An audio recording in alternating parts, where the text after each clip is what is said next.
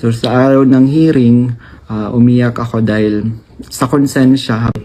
hindi totoo at hindi ginawa ni Pastor ng Kingdom. Pagkatapos ng hearing, tinago ako ni Sen Risa sa kanyang condo sa Manila at inutusan na maghanap pa ng ibang pwedeng maging witness kapalit ng pera dahil may mga susunod pang hearing. Sa buong taon ng 2024, nanirahan ako sa condo ni Sen Risa at nung January 2025, lumipat ako pansamantala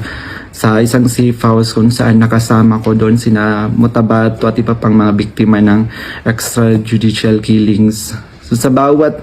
research o information na aking naibibigay sa Senado, nakakatanggap ako ng rewards na 12,000 na ibinibigay ni Sen Risa sa pamamagitan ng kanyang staff na